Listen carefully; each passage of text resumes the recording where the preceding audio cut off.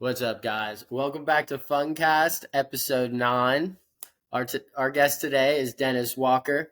He's the journalist that you all know and love very well through his mycology meme videos and psychedelic meme videos. Thanks for coming on the cast today, brother. Thanks so much for the invite, and hello, everybody. I hope everyone's having a lovely day today. Dude, I'm having a lovely day today, man. It's finally chilly, I would say fall in Florida, getting a little nipply out there, but still can wear some shorts. Got the DTF shirt on just for the guy. My man, looks great on you. Thank you. If you guys can't read, it says down to forage, but it's backwards, so my bad.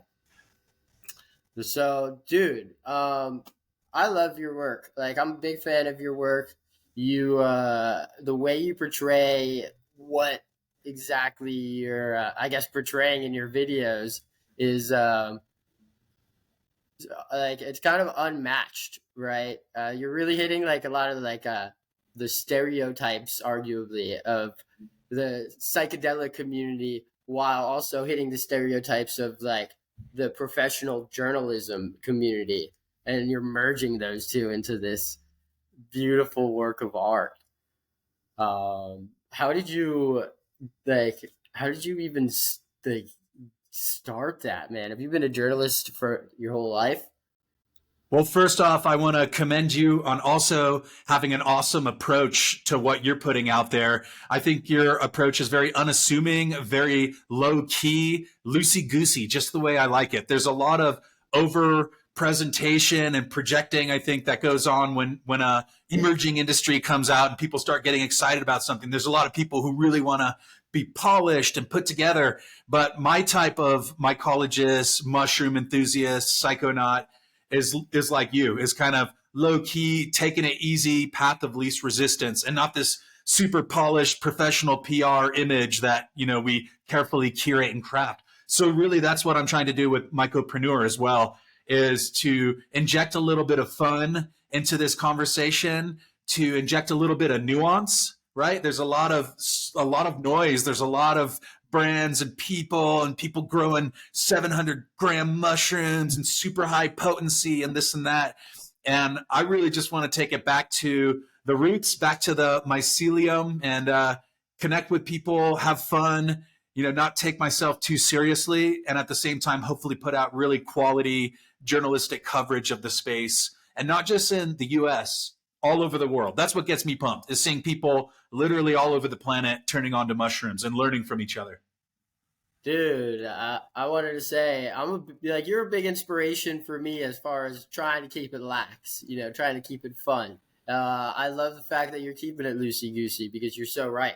There is this whole, I guess like notion, right, that like you have to be, even in the mycology community, basically, you have to be prim, you have to be proper, you have to be extremely sterile, you got to wear spacesuits and, heat resistant gloves. And it's not like, it doesn't have to be that, but you can still be part of it. And you're doing a great job. You're doing a great job at what you're doing, man. I love like all of your videos are just top-notch quality, like the way you make them as well. I've been even trying to like come in, like get into the content world, and I'm like, this is hard shit. It is not easy, and for you to get all the shots you're doing, and like it's just very impressive, man. Just keep it up. Thanks, bro. It's my way of raging against the machine. I realized once I started getting some traction and people started actually watching and sharing the videos, it was almost like having this magical alchemical spell where I could take on these more larger forces, right? Like looking at the corporatization of mushrooms. And I'm not overtly opposed to that, but I think for a lot of people who are kind of in the underground, chill, fascinated by mushrooms, not a lot of us are like super motivated by only making money and only moving units, just in the way that like mushrooms, especially when you talk about like active mushrooms, to me, they're totally different than like apple juice. I don't need to ship 400 units of widgets and treat it like that. I think there's something really humbling and sincere about just kind of building the plane as you're flying it and enjoying each other's company and all that. So yeah, that's really my main approach with the content, is just kind of like a criticism or a resistance and a pushback against what I perceive as this smoke and mirrors effect that's going on, where you have all of these different people trying to make a name for themselves and brands trying to kind of one up each other, and one up, pun intended, that works, right, with the mushroom branding, the trap chocolates, right? But like at the end of the day, I'd like to see a mushroom community and people supporting each other and investing in each other, rather than treating it as business as usual, where everyone's in competition and everyone's trying to take market share away from each other. Yeah, so I'm doing the best, and then also doing the best I can at the moment. And then also, I just think that there's like not a lot of coverage specifically focused on mushrooms, right? You have a lot of journalists or platforms that'll cover mushrooms, but they're not mycocentric platforms. They're doing all kinds of stories and all that. And there's so much happening in the world of mycology, mushrooms, all over the planet, that there's all these incredible stories that just slip under the radar and fall through the cracks. So I'm trying to strike that balance of covering a lot of those kind of underground, more marginalized perspectives about mushrooms, like mushroom entrepreneurs in Uganda, mushroom entrepreneurs in India, people in refugee camps growing mushrooms, and then the whole underground too. There's not a lot of public knowledge about the underground mushroom space and about the legacy community, like all the genetics. Where did they come from? Who are the pioneers, right? And that's kind of a criticism or a quip I've heard from friends and associates who have been around the underground long time, talking about all these people just came in without paying respect to the shoulders of the giants they're standing on, right? And so I'm trying to like learn more about the lineages and the kind of subplots to how we got to today, where mushrooms are arguably the biggest thing on the planet right now. Everybody wants them. Everybody's talking about them.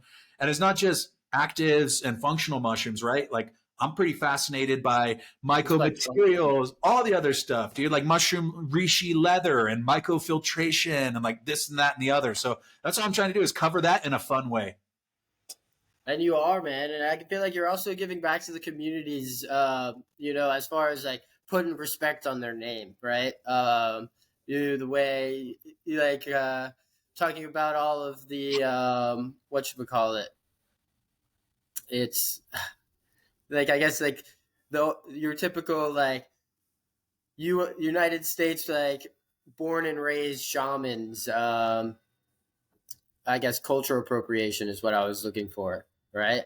I like the fact that you're also giving respect to, you're giving respect to where it came from, and not like just the tip of the iceberg. You're looking at the whole iceberg, and you're tackling it in a beautiful way, man.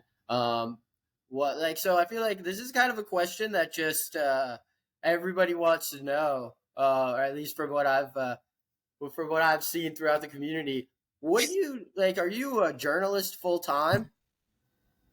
That's a good question. So I have a background in media production and media studies. That's what my degree's in. I was heavily leaning into mushrooms the entire time of that course of study, living in San Francisco, and before then. But from 2007 to 2012 or so, I really cut my teeth on diving deep into the world of mushrooms, and then also learning about media theory and criticism, how platforms work, how stories are told, essentially, and what stories get told, and trying to deconstruct those systems and learn from all of the professionals that I've been fortunate to study with and work with over the years, but then kind of pivot away from a lot of the different coverage people are doing.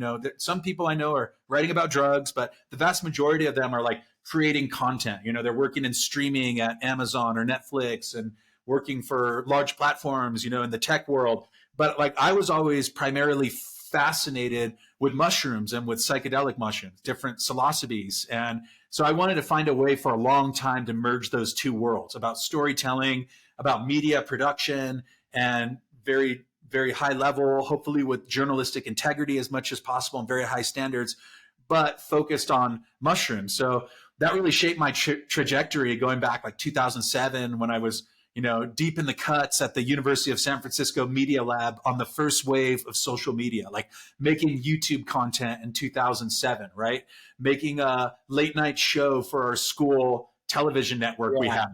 Yeah, just fun stuff like that. And then, yeah, and then I got into education after that. So I was teaching high school at a hippie school, and I continued my connection and relationship with mushrooms the whole time. But I was a fully closeted psychonaut. Like, of course, I had my echo chambers and my friends, but like, I'm sure you've been through this, and many of the listeners and our friends have. Like, you couldn't really just go out and start publicly promoting yourself as a psilocybin mushroom advocate, cultivator, enthusiast, etc. No, Like 2013 or 14. Like, it not would have been even not a chance.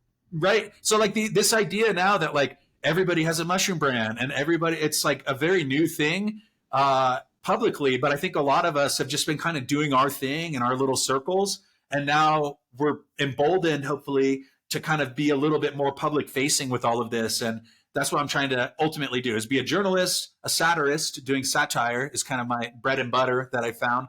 And then building up the industry and the community, hopefully in an ethical, transparent way that does the most amount of people benefit. Right? There's always going to be opportunists who come in when you have a new market, and I've been fortunate to work with some pretty big fish. People who are doing like 8-figure functional mushroom companies, etc. So just kind of like learning about that industry at a high level, and like these different stakeholders and different camps, and what are the narratives and what are the controversies that are happening, trying to cover that and hopefully build up a lot of people. And that's the whole goal of Mycopreneur, is like to spotlight mushroom entrepreneurs, and more so than like people who have the most money and the most visibility, like spotlighting people who are hustling, who are doing good work, who are philanthropic, who are not so motivated only by money and status, but like more motivated by being a good steward to mushrooms and to the community. And there's so many people I could shout out right now, but all I want to do is like platform good people and be a platform. Well, I feel like you're doing that with success, my guy. It sucks that your Instagram got taken down. I was so disheartened to see, but I feel like you're building it up just as fast. I feel like it's gonna come back, 2 times as strong, right?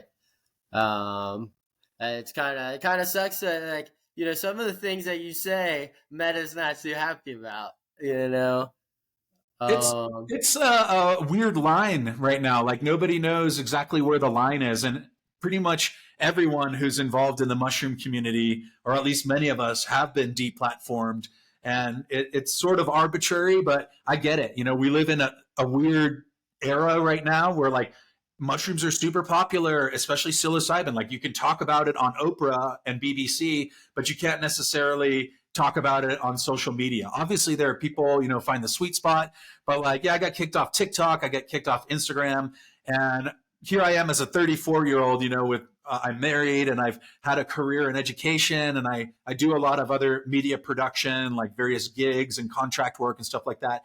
I'm not going to sit here and cry about, losing an Instagram account. Like, even when it happened, I was like, well, that sucks. It doesn't feel fair, but like, it's par for the course, and it's not going to slow me down in the slightest. In fact, it just forced me to start investing more in my website, my .com, my newsletter, and realize like I don't need to build my castle on rented land, right? Social media is great because there's already a lot of traffic there. There's a lot of eyeballs, a lot of people, a good yeah. network and community. But like, as I found out, and many of us have, it can just be taken from you at any time. So if like your business model, which mine to a degree did, relies upon your social media presence, you got to definitely rethink that if you're in sort of a gray market, or in limbo space like mushrooms very much are.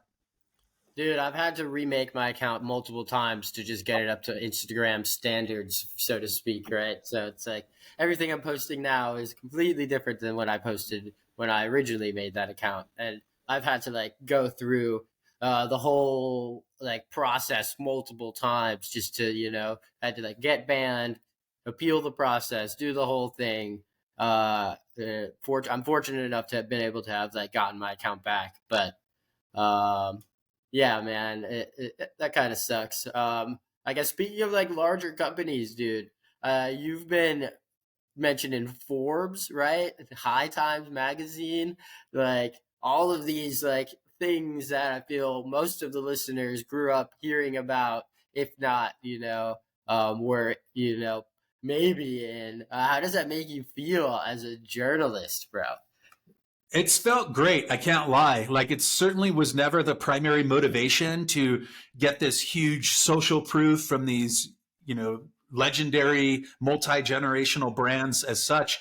But I languished, I'll say, for like a year and a half to 2 years, just consistently putting in work every day, like doing a lot of podcasting, a lot of interviews, pitching a lot of articles, trying to get my foot in the door. And then the satire really took off around early 2022. I made a couple videos, one in particular that went viral. They got me in the algorithm and they were getting shared like thousands of times. And then once that happens for you, then it sort of opens the door to a bigger audience, to more opportunities.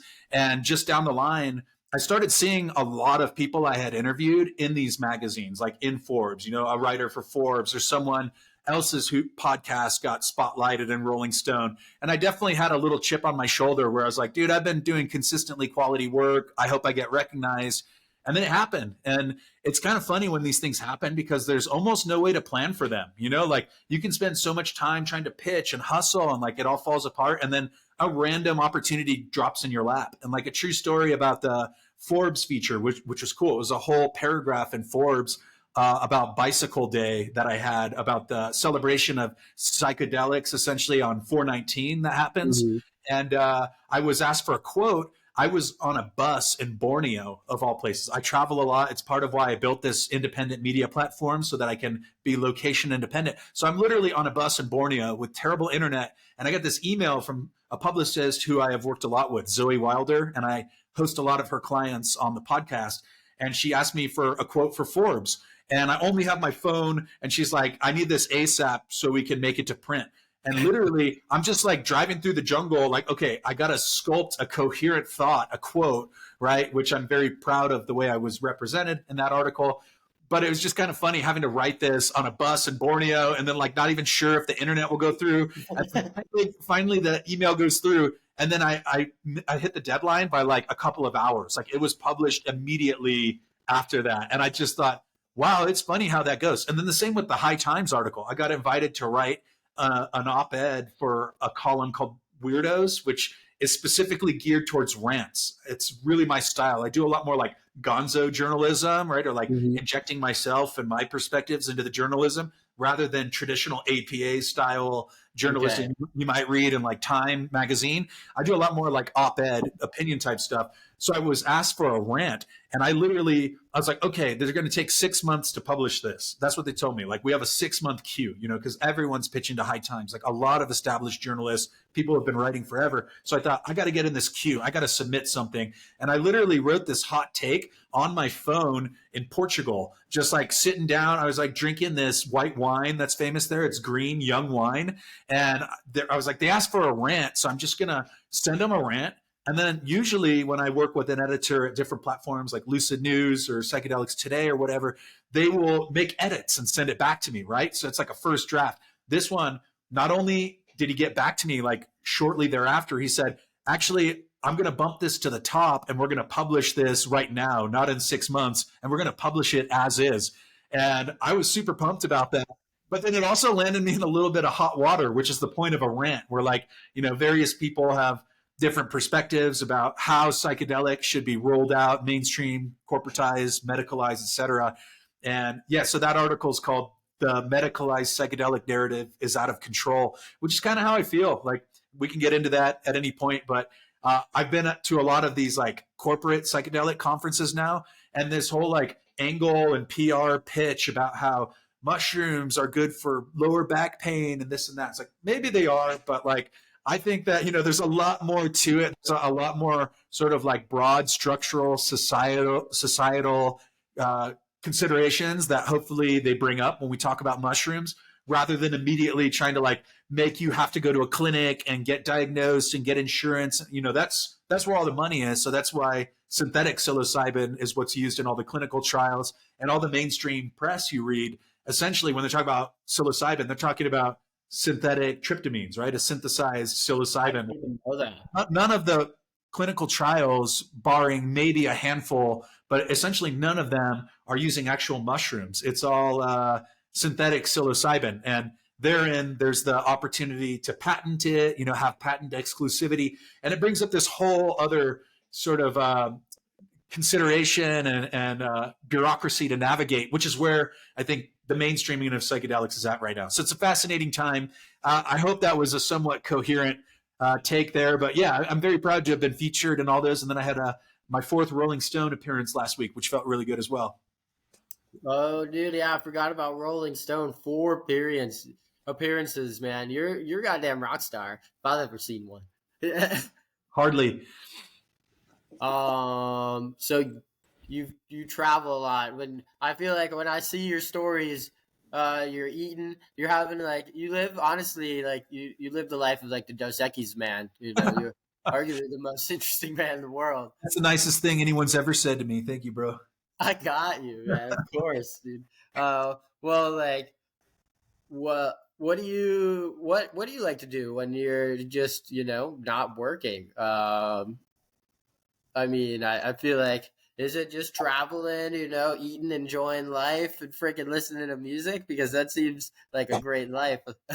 Yeah, that's a huge one. Travel is certainly like a North Star for me. I think I'm attracted to the mushroom experience and to internal journeying, if you will. My dog just did a really wild dog shake. You all right, buddy? Because my dog will just be like super still, and then it'll be like, all of a sudden, it just scares me. So, yeah, I grew up hosting exchange students. That's a big part of my DNA is like hosting people from all over the world and building friendships with different families and really, really cool far out places like Kyrgyzstan, a lot of former Soviet Union, Venezuela, Brazil, a lot of Europe, et cetera, kind of all over the planet.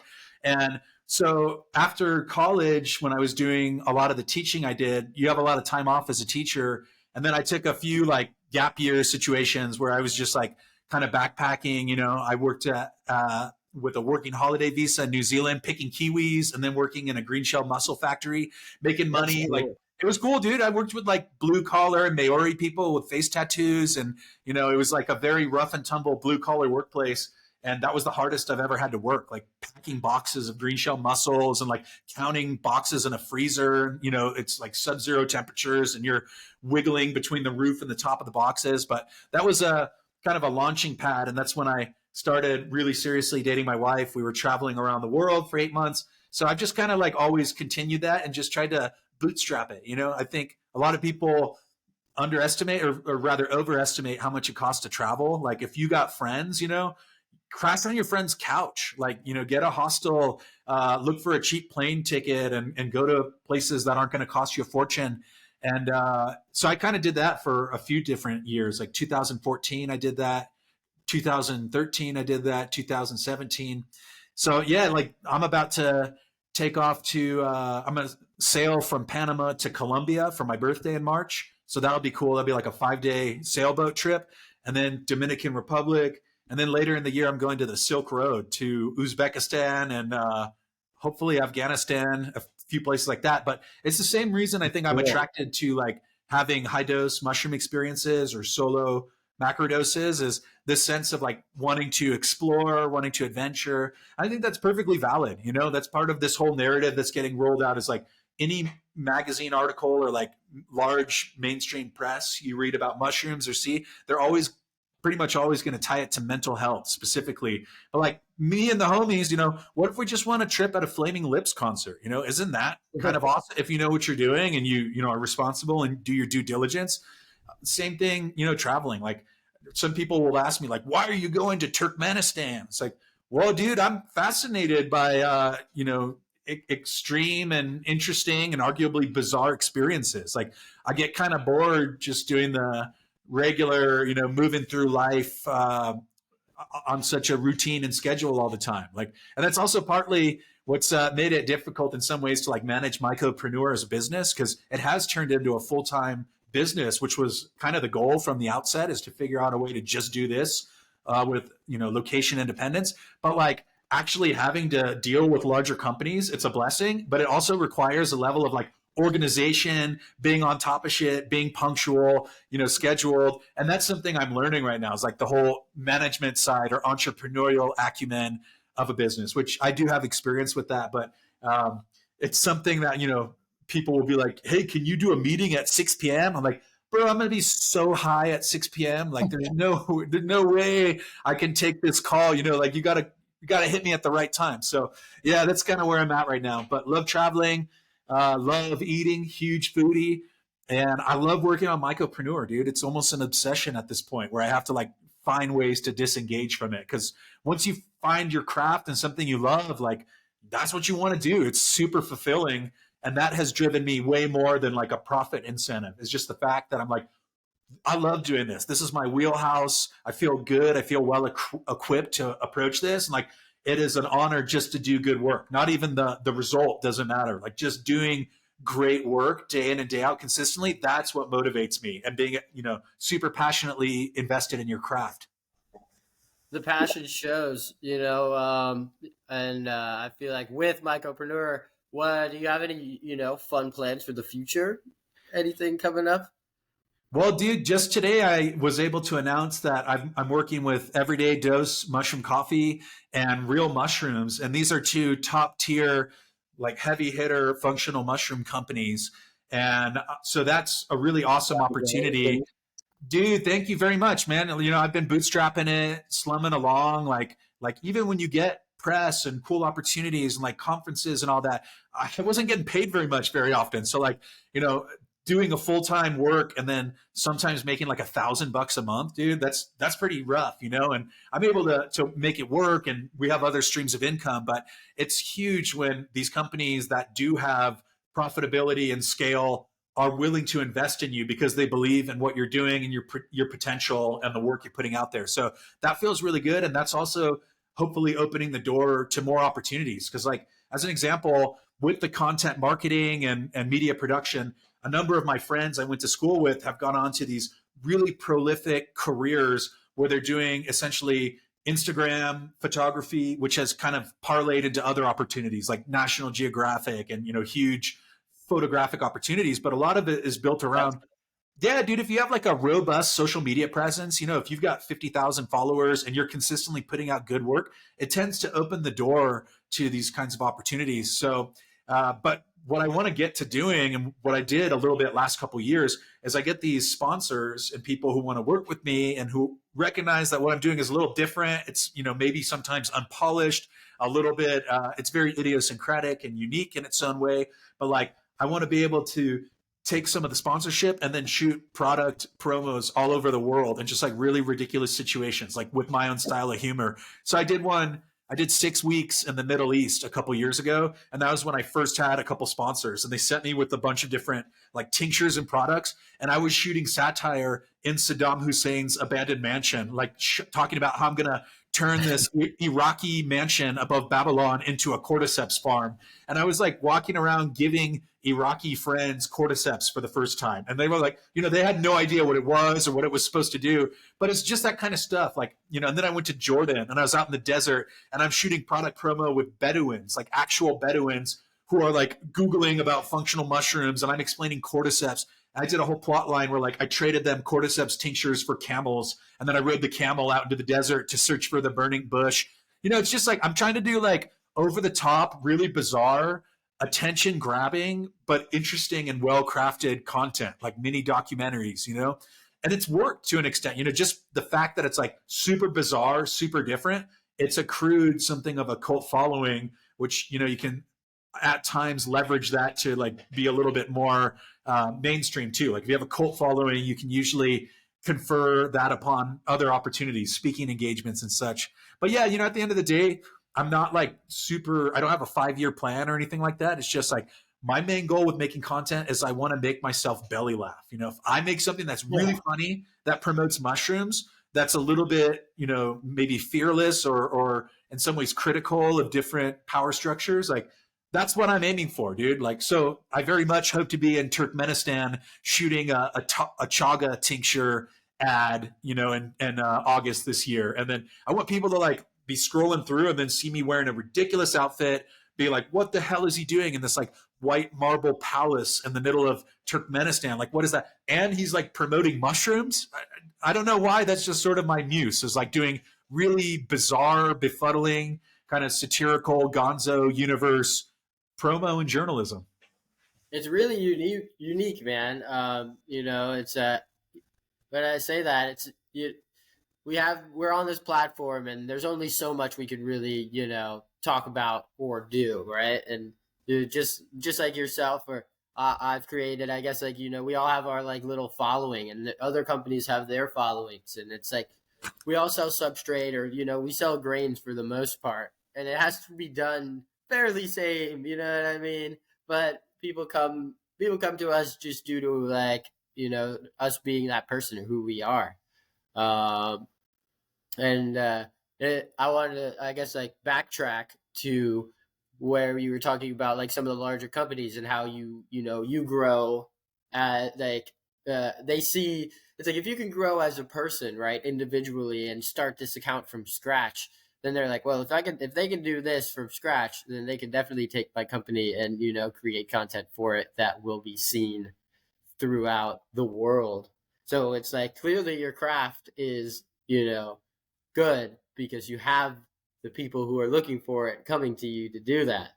And then backtrack one more time. The fact about owning a business, right? I totally understand you on that part. So I have no business experience, prior business experience, uh, and like with like I don't even have a college degree. So every day I'm learning how to do something, whether it comes from, like, goes to like marketing, sales, coupons, doing all this crap, things that I like, when you finally think you got it, and it's like, oh shit, I don't know shit. Um, and yeah, so that's like, it's super overwhelming, but it's fun. I wouldn't change it for a thing.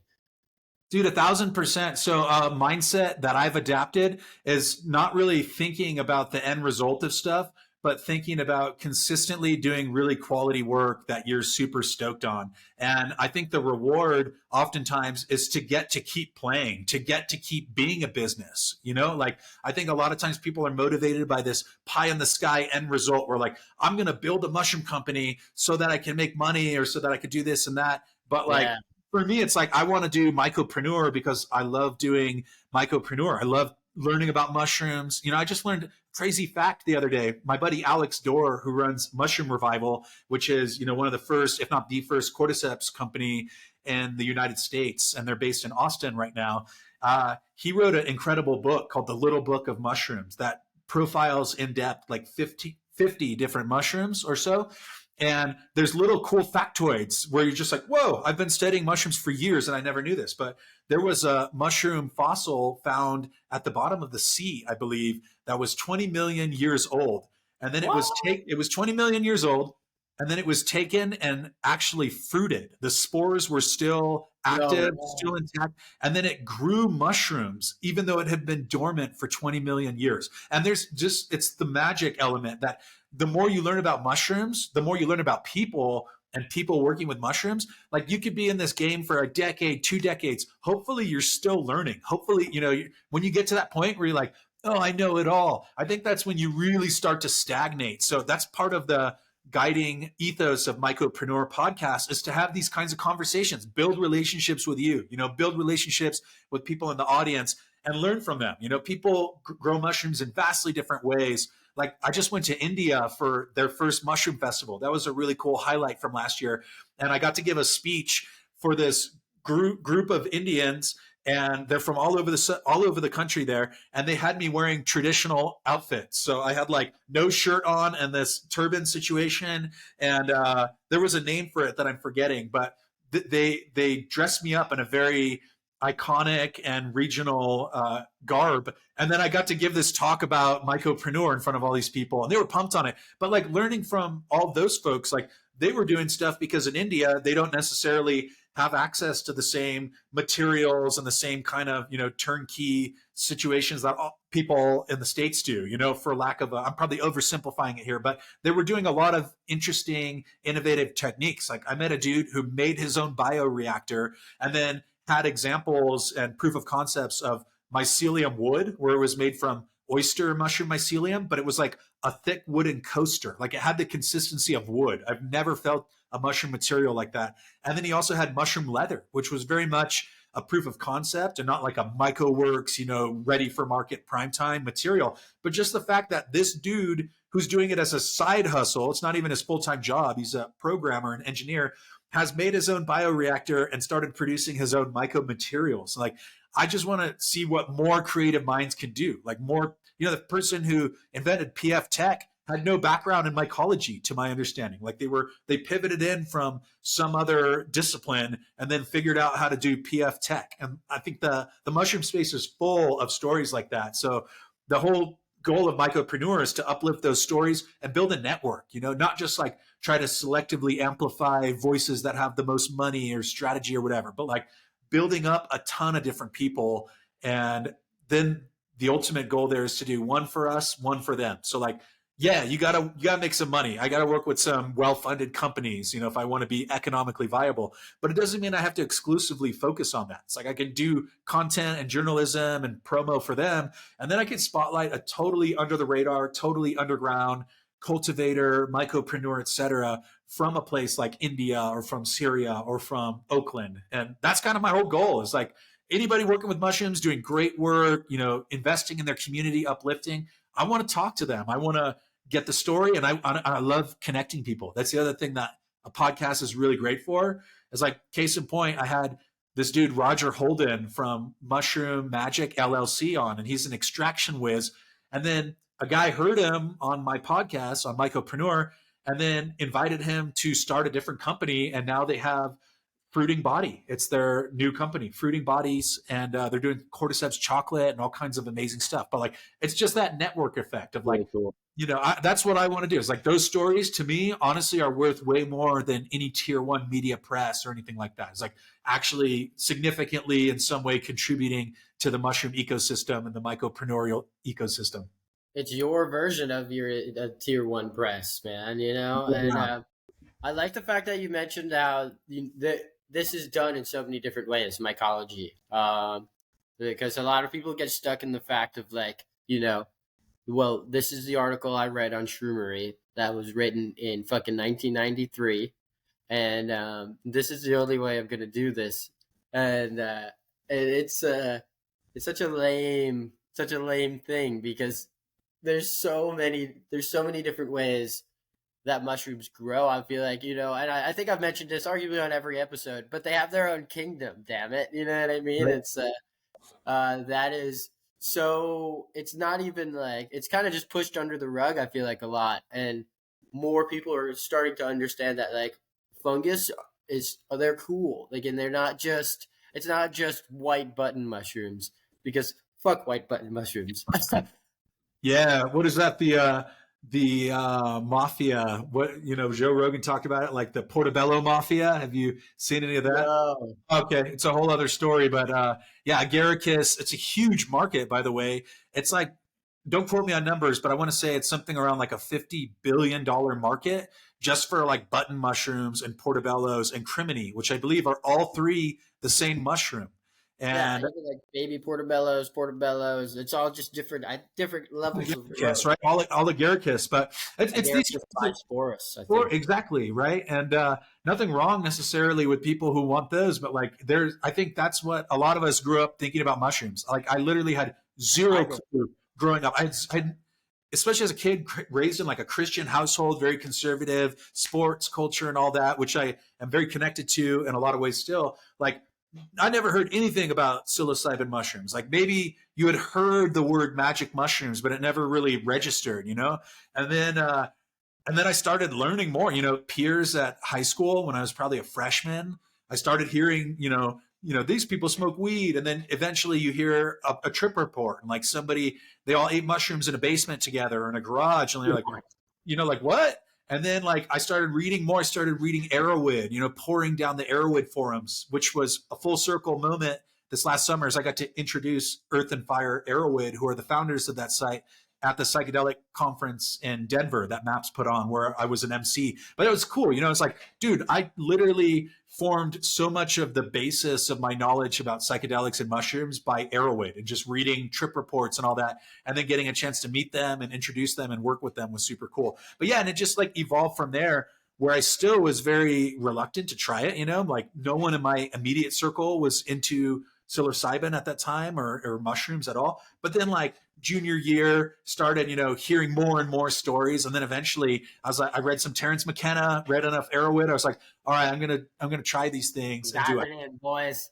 It was amazing. I feel so fortunate that, I had a really uplifting, really positive, deeply meaningful, and I would even call it spiritual experience, or certainly like an activated, enlivening experience. I talked to some people where they're like, oh, I kind of like dabbled in mushrooms, or like I tried it, but, in my youth, and it never really caught on. But for me, it was immediate. It was like the first time I had a half eighth of mushrooms, I was sold. I was a convert. I wanted to know everything I could, as much as possible about them. I wanted to shout from the rooftops about them. But then I learned quickly after that, I scaled up the doses, and I started reading more about deep dives, and eventually did a full send when I was pretty young too, where I did a 7-gram solo dose in silent darkness by myself. And it delivered on the money. Mind you, I had a largely uncorrupted personality in mind at this time. I hadn't been through the bullshit of the world. Wasn't tainted yet.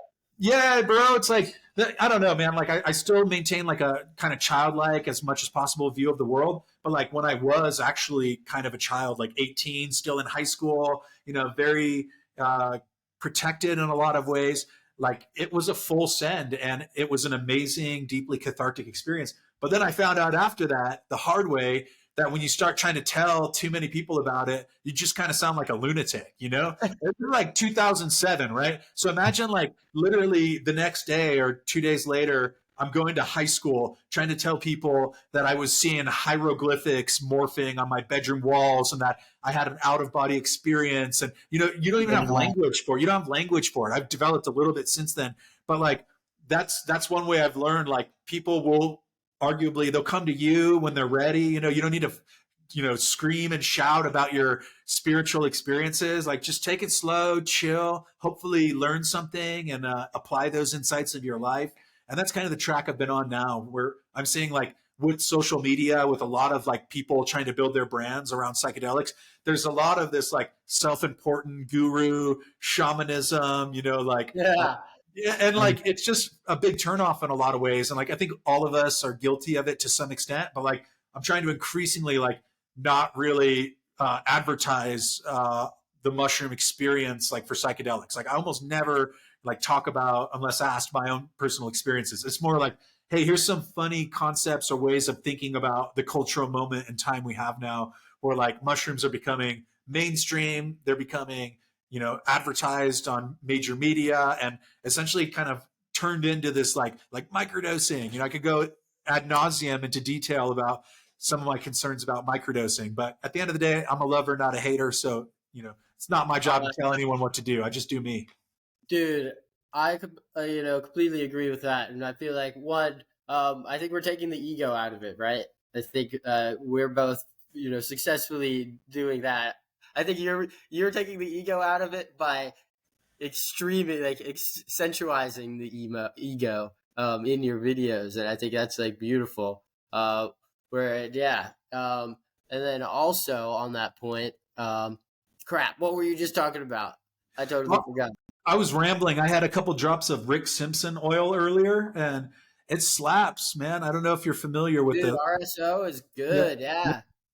Big time slapper. Yeah, dude, I think I was just getting at like there's this whole like grandiosity where brands in particular, or like people who want to like build a brand can come across as like very ego driven in their messaging, about, and I saw that a lot with like a lot of spiritual communities I was tangential to, where like there's usually like a hierarchy in these communities, about, and now I think we're kind of getting to the point where a lot of people are not doing that necessarily, but like I've been around these like really self-important, over the top spiritual guru energy types, and like hearing people speak about them like, oh, this person is a miracle worker. And you're like, bro, all they did was give you a bunch of mushrooms. Dude, I can't all right. So you just brought up like it's kind of like, so softcore trolling basically is what I've been calling it. I posted a little cardboard man meme. Yeah. I made one that says, "You're not a shaman." Yeah, exactly. And it's like, it's specifically like, yeah, like, can I say, like, I've had some spiritual experiences? Absolutely. Would I consider myself a shaman? No way. It's like, can I maybe help you out with a psychedelic, experience? Possibly. But it's like, then you got these people that are going out to like fucking yoga retreats for like 1 month, and they're coming back, and they're like, the locals call me Squeegee because I wipe away their trauma from their childhood. The white savior. Yeah, my name is in light language. You know? Yeah, I mean, true, man. I've been around a lot of those communities, and like I noticed pretty early on, I got super fascinated with like deep dive solo macrodose work with everything. It started with mushrooms, and then I had the good fortune of getting some really good DMT, but like way back in the day, like 2007, right? Just by my proximity to the hate and the sort of San Francisco psychedelic legacy, I tapped into that and I got connected with these old heads and people who were involved with a lot of interesting music happenings and eras. And I played in a band for 5 years and got to tour and got to connect with all What did these. you play? Dude, I was singing and playing guitar and keys, but Right. essentially the songwriter. It was my college project. Started off as singer songwriter, and then quickly over the span of a couple years, accrued like a really solid crew of musicians, and some of them have gone on to extremely prolific gigs. Essentially, like one of them right now, one of my dear friends who I just was exchanging messages with before this, is playing lead guitar for a country artist named Zach Bryant, and he was just nominated for 4 Grammys, like their country album of the year. But like these are people that I was essentially, not Zach Bryant, but Chris Braun, playing guitar with, dabbling in mushrooms, learning the media game. So really, it just became like that was my focus, is like trying to learn about the culture of San Francisco. I got on this tangent, but essentially, yeah, dude, like I got into solo macrodosing, eventually found my way to the Amazon, down to an ayahuasca retreat, found my way to Maria Sabina's homestead and connected with her family in 2010, which it was still like a very sleepy town at that point. Like it certainly, I did not see one other tourist in the town. And I went up by myself and then went back with friends, 2 friends. We stayed at her house. I got to do a ceremony with her great nephew. And like, that was a really cathartic, transcendental moment. And it's not a corporatized experience at all. Like you have to go there. I think we paid $3 a night to stay there.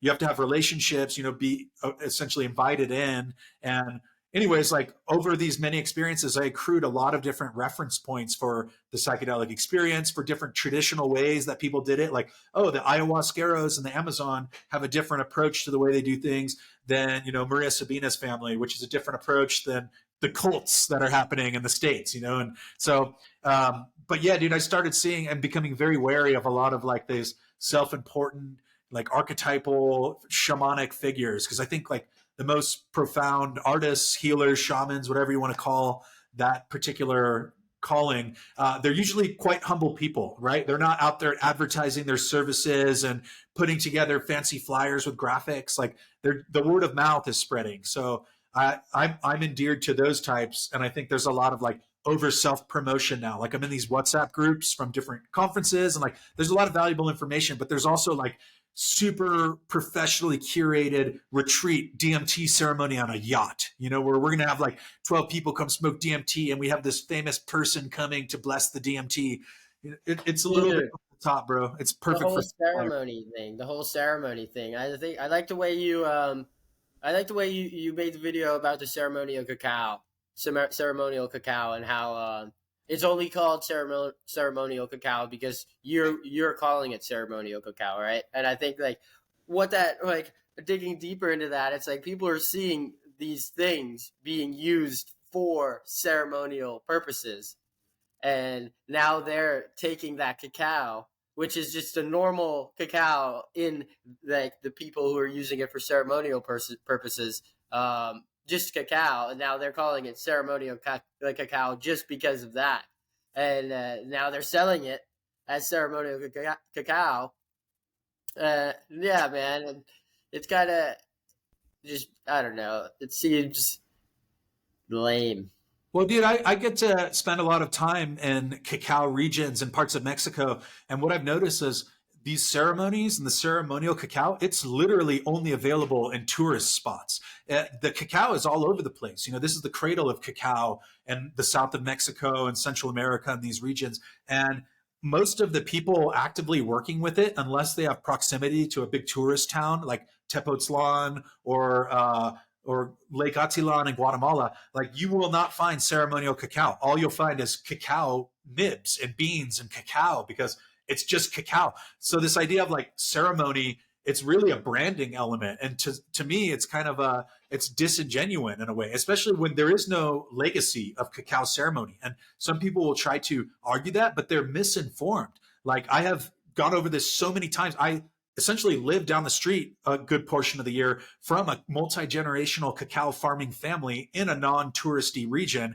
And, they've been doing it for years and are maintaining these lineages. And cacao was used like as an element of a broader ceremony. Like it wasn't like you're drinking cacao and they're blessing the cacao and all this. It's like there was corn, there was copal, there was water, there were all kinds of different elements. And then cacao was one of those. And it's used for like funerary rites, like a funeral or for a baptism or a wedding, or used as a hood pass, essentially, to pay tribute. If you're passing through another tribe or leader's land, you would give them cacao. So like, I don't think a lot of people who are selling ceremonial cacao are aware of this history. And of course, there's whitewashed versions of it and, syncretic versions of it. But literally, like scholars focusing on this area have validated and affirmed that what I'm saying is true when I have put this stuff out. And then people who have ceremonial cacao companies get really triggered by it, and like, but I'm just reporting from what I'm seeing on the ground and in constant communication with a lot of the communities and stakeholders involved in this. So it's a long-winded way of saying there's a lot of like foo-foo spirituality happening, I think. And again, it's not my job to tell someone what to believe or how to show up or whatever, but I think just like broader in the culture, when you look at like the impact that this level of magical thinking has on a culture, like it becomes dangerous where like if you're just trying to push psilocybin mushrooms or this and that onto everyone and just like you got to be discerning, they're like I have a friend who got naked and punched a cop in the face after eating mushrooms. Like another dude jumped out a window. Like I'm not saying that I lead with that, but I think that you need to temper the narrative to be like, I know plenty of people who don't like mushrooms. I've kind of said like, you got to try these. I love these. And then like, I love that feeling that they confer upon you or in my relationship with them. But other people don't necessarily love that feeling. I've had people be like, oh, this sucks. Like it's dark. This is really dark. I don't like this. I don't want to do it. So yeah, I just think that this whole like promotional culture we have of like, let's pump out a bunch of mushrooms and like, you take mushrooms and they solve your mental health problems. Like it's so grossly oversimplified. And let people form their own relationship with mushrooms. Don't try to force it on them. I have a big that's like really that's something big for me as far as people pushing mushrooms to like it as a cure all because it's not. First off, I think that some people need the medication that they're on. There's a lot of people out there that are like, get off your medication, take mushrooms. And it's like, I don't necessarily agree with that. Like some people actually need that shit. And who are you to tell somebody to get off their medication because you've grown mushrooms one time?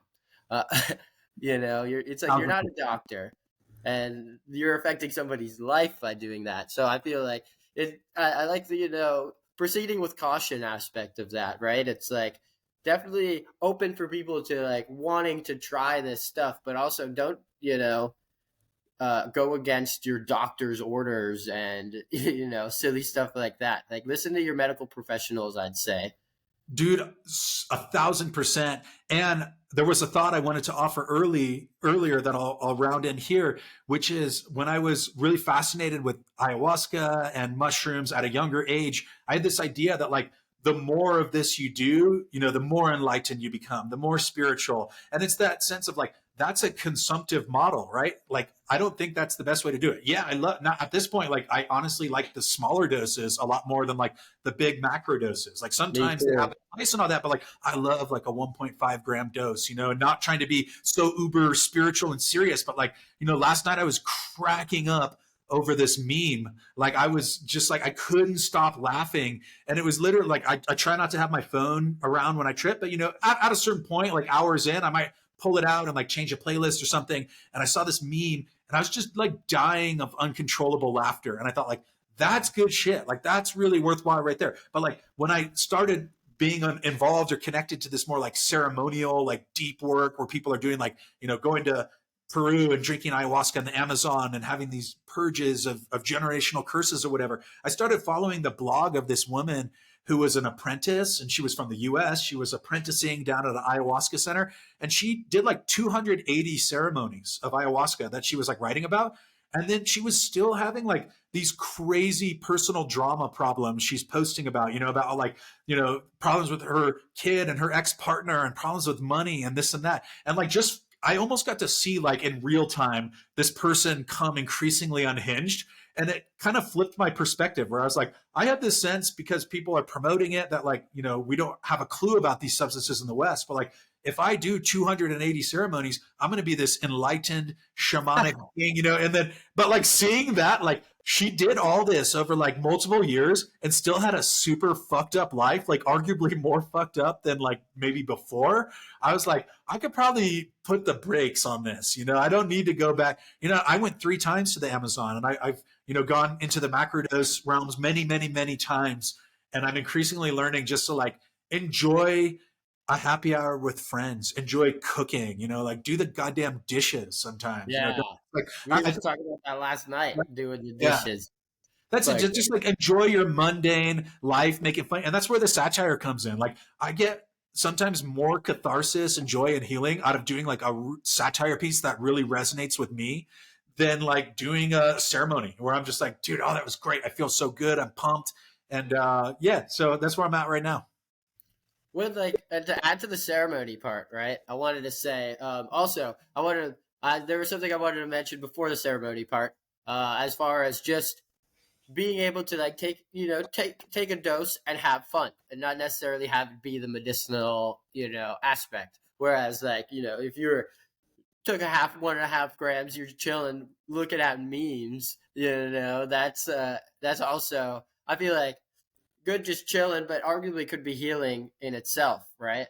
um and without even knowing it. And then as far as like that person who did 280 ceremonies, I think it leads to the saying, you can lead a horse to water but you can't force it to drink, right? It's I like to see like these psychedelic experiences as like arguably little cheat codes, of like what's going on in your brain or what's bothering you.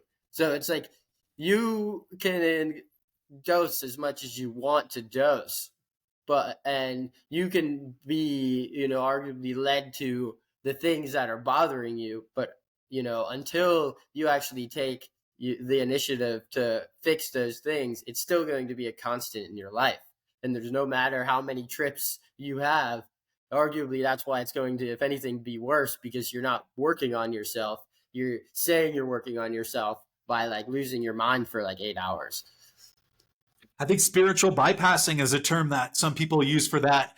And yeah, dude, I'm a goofball at the end of the day. Like I think the irony is like I tried for many years to like make it in the music industry and like make it and this and that. And as soon as I started taking the piss out of myself and like running around in a Speedo, make ridiculous satire videos, like I ended up getting taken way more seriously. It was one of those things. I think there's a saying where it's just like, don't chase beauty or success, like allow yourself to attract it, and then it lands like a butterfly on your shoulder or in your lap, right? I think that's something that I'm trying to continue to do. And to get woo woo with it, it's manifesting, but I'm not just like sitting around closing my eyes imagining it's going to happen. It's like I want to lay the tracks down day by day, consistently hone my craft, be proud of the work I'm doing.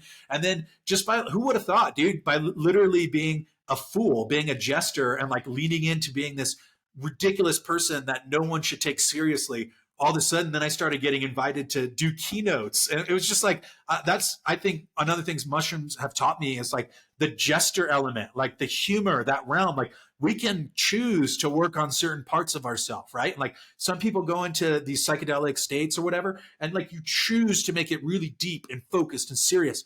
That can be very valid. And I think everyone should go through that and do it. But like when you romanticize that suffering, I call it the trauma Olympics about like, like why is it like you ever go to these like integration circles? Everyone's so fucking serious. I remember being at one, dude, and like we had taken these microdoses and people are going around sharing how they're feeling. And I kid you not, literally everyone, like 6 people in front of me, it was like this really deep, emotional, heartfelt. There were tears shed, and that's great. That's their process and all that. And then they got to me. I was like, I'm feeling cooler than a cucumber in a cabbage patch right now, man. I feel amazing. And it was just like not even the vibe, Everyone there was like, wait, I thought this was supposed to be like serious spiritual work stuff. So yeah, dude, that's, I think what the satire does for me is like we can choose to cultivate that element of humor and that personality trait in ourselves. And like it actually protects you from so much bullshit, dude. Like there's so many little triggers and microaggressions and like, the world's unfair and this and that. It's like, yeah, that's true. But also like you can respond to that by like making fun of the world, like literally the more intense like criticism and like South Park over the top antics that I did, the more opportunities and doors that opened up, I think especially with psychedelics and like the corporate nature of it, so many people are so focused on being like spotless, unblemished, perfect public imagery. So that like when you see something that's actually flawed and like clearly a flawed person and character, but they're trying to be transparent and have integrity, I think that's really endearing. And that's what I love about so many mycophiles, dude. Like so many of the people I know in the mushroom community, like they're not fronting, they're out there doing it, putting in the work, being philanthropic, sharing mushrooms with people. But, half of them are broke and half of them are, and I think that's awesome that this is what they do. They're not into mushrooms because it's this new thing, and they're trying to make money and sell microdoses online or whatever. Like they're in it because they've had personal experiences and, a long-standing connection and relationship to that myco community that they want to uplift and support. Like those are my people, dude. I love going out in the woods looking for mushrooms or going out in the jungle on a little mushroom expedition. Like literally my favorite thing. Well, I'll have to go foraging whenever you come down to Florida, man. Absolutely.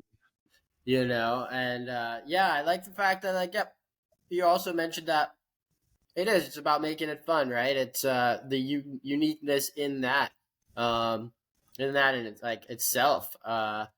Like for instance, I made a video recently where I poured agar dishes or agar or however anybody wants to pronounce auger. Yeah, somebody. No idea. But I used like a couple of gushers and a Pepperidge Farm cookie for like the nutrients in the plates. And they're popping off, mycelium's growing on it. But it's like people are like, bro, you used 2 gushers and a cookie? I'm like, yeah, because I'm trying to show that it's like at the end of the day it's sugar. You know what I mean? They want sugar. So if you could provide them with sugar, it doesn't have to be, medical grade malt or brewing grade malt, yeah, man. But gosh, I'd say we're coming up to the little time cut of the usually what I keep it on the episodes. Your website, that's mycopreneur.com. Correct. And if you guys want, you could get this shirt as well as other merch on his website. Can't forget about the merch, bro. I remember you said that you were like, oh, you ordered the shirt. Like, hell yeah, got to support the bro. And, I'm going to get your links for the podcast and stuff. We're going to throw all that stuff in the description of the video, and that'll be on Spotify and YouTube. Do you have anything you want to, mention to the crowd before we finish up the episode? Yeah, I just want to thank you, first off, for taking the time to have this discourse with me and get to tune in one-on-one. And then I want to shout out everyone in the audience and personally invite each and every one of you who maybe feels called to hit me up. Who knows? Introduce yourself, say what's up, check out Mycopreneur Official on Instagram, Mycopreneur on TikTok. If you just Google Mycopreneur, There's lots of ways to get in touch with me, mycopreneur@gmail.com. And I want to shout out the newsletter that I just launched because I see a really cool opportunity to build a global mushroom newsletter that focuses on stories from all over the planet with the lens of focusing on brands, people with mushroom companies, people doing good work, quality work, not just people who can afford PR, but like if you are working on a really cool project or you're excited about it or you have a friend who is, like, hit me up. You know, I literally have the bandwidth, the time, the space to do a lot of coverage of a lot of different people and stories. So if it's a good story, I'm interested. So hit me up. And thank you all very much for listening to my bullshit and indulging me and paying attention for a little bit. Well, thanks for coming on, bud. Your bullshit is always welcome on this podcast. And, talk to you later, man. It's been great talking to you. For those who don't know, this was our first face-to-face conversation. And it was a blast. I hope to have you on again.